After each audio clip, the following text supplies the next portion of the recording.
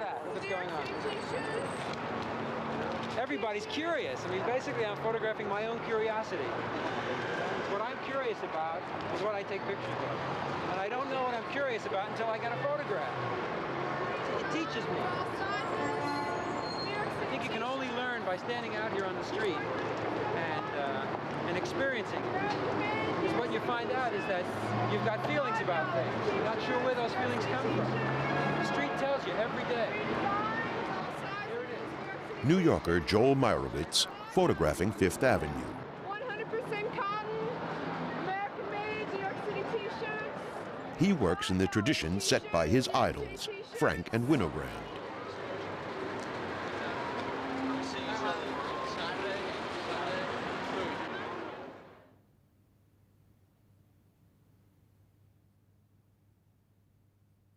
I photograph in color on the street because it describes so much more than black and white.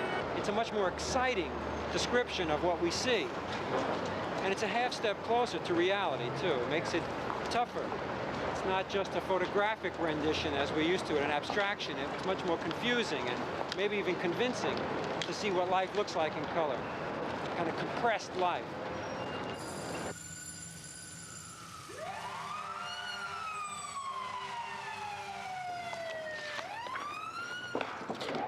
When I say that, I mean that a picture that you can enter into anywhere in the frame. You're not necessarily forced to start with the incident, but that you could come here and just see the way a hand looks leaning on a telephone booth door, the way the sky looks. You could move anywhere you want in any fashion without it being programmed by a single event that calls your attention.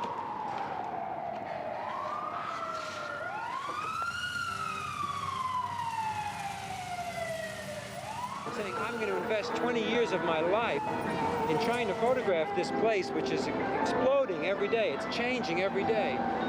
That's what I'm giving my life to, and I'm hoping that in 20 years, by the turn of the century, there's a body of work that says this is how it feels to be alive in New York City. You know, because this is one of the phenomenons of our time. You know, it's everything that's good and everything that's bad is right here.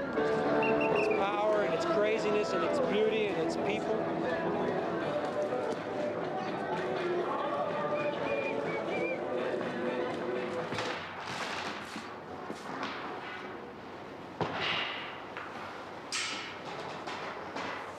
One of the things I feel strongly about using the view camera is that it brings you the original voice of the medium.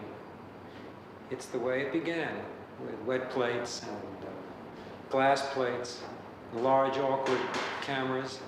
It made a photographer really consider everything that he photographed.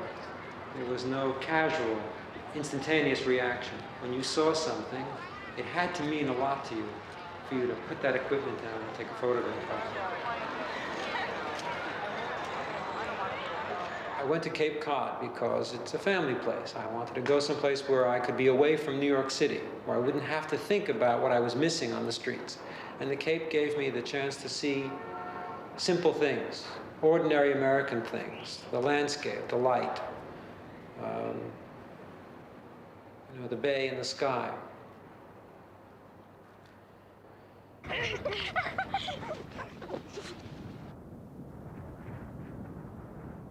And slowly, over a period of 2 months, I photographed these things that were interesting to me.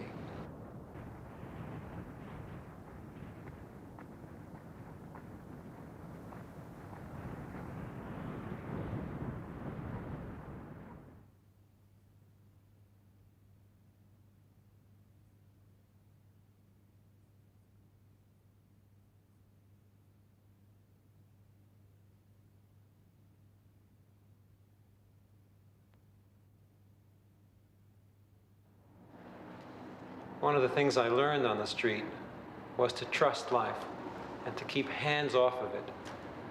And that same feeling continues in the rest of the work I do, the landscape or portraits or any interest that I have.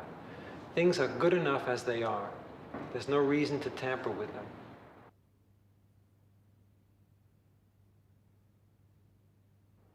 You have to have it come through you and out of you. In a sense, you are the medium, more so than the film is. Because all those experiences have to pass through you first to land on that film and to make their way out to the world in a clear, concise statement. This is what I saw.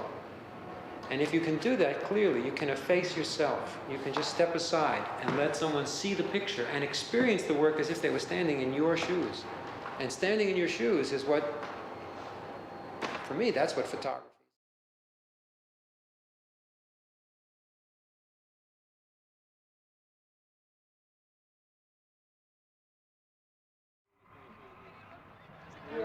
Não olha pra câmera, não olha pra cara da gente, não. Olha pra Rosa Maria lá,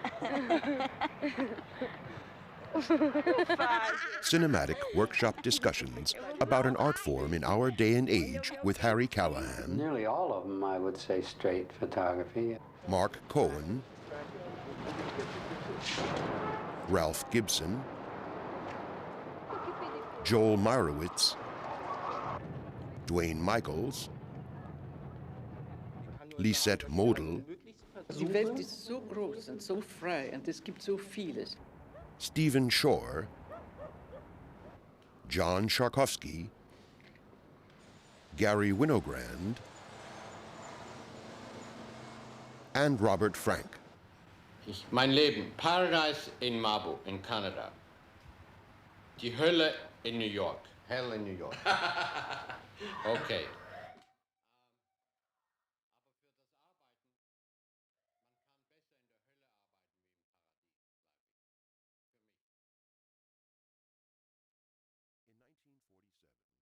Robert Frank